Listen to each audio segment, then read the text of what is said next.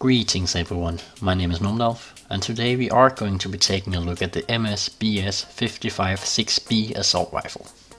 This was requested by one of you guys, and I will attempt my very best to cover the weapons that you guys suggest in the comments. However, as I can't do them all at once, please be patient if you made a comment and I didn't choose that weapon. But without prolonging the introduction anymore, let's head right into it.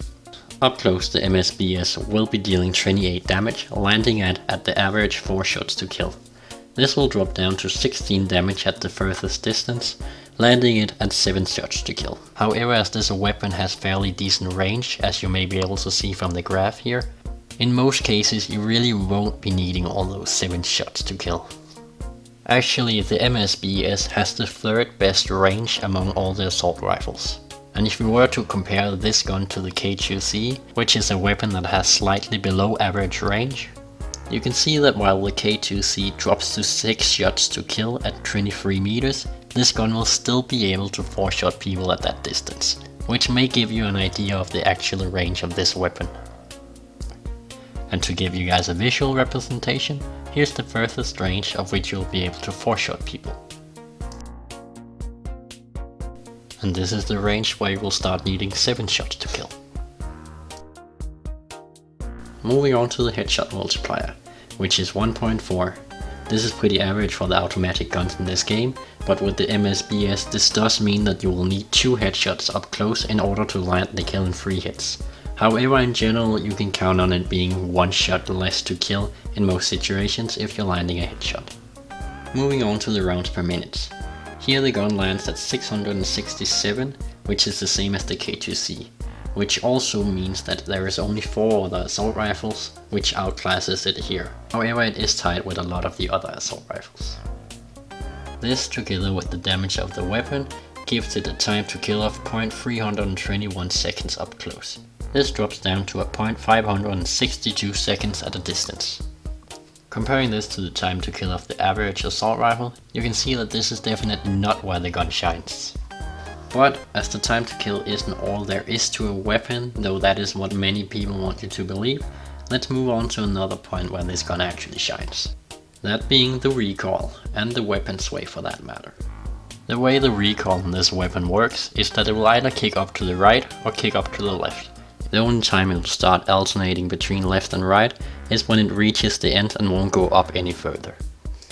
Not only that, but the speed of which it kicks up is also very slow. That, together with the extremely slow sway speed that the weapon has, makes it an extremely easy gun to control when you're firing. Also, the Ironsight isn't all that bad either. Some other stats you may be interested in knowing is that the reload time for this gun, with bullets still left in the chamber, is 2.8 seconds, and without any bullets left, it's 3.2 seconds. If you're using the quick reload perk, this will go down to 1.9 seconds with bullet left, and 2.3 seconds without any bullets left.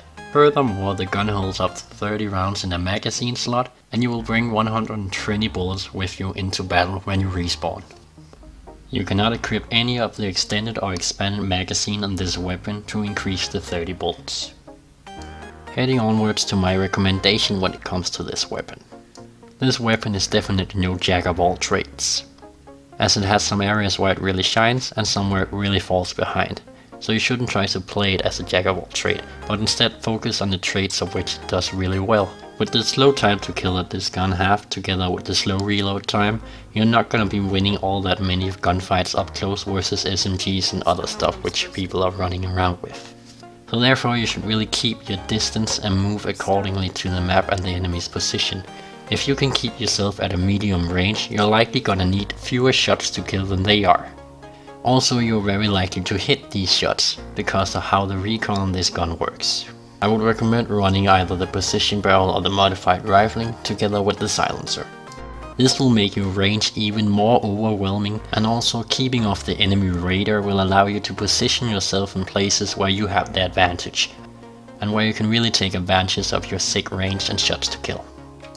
Also, I do recommend that you try out one of the shotguns as a secondary for this weapon, as that will compensate for your lack of strength in close quarter combat. Though if you find them hard to use, which I can fully understand in this game, you might want to bring at least the revolver or the Desert Eagle, or something that will help you up close. Now I do believe that's everything I need to cover about this weapon. If you have any questions, feel free to ask them in the comments down below and I'll do my best to answer them. However, for now, I will leave you with this. Until next time, take care.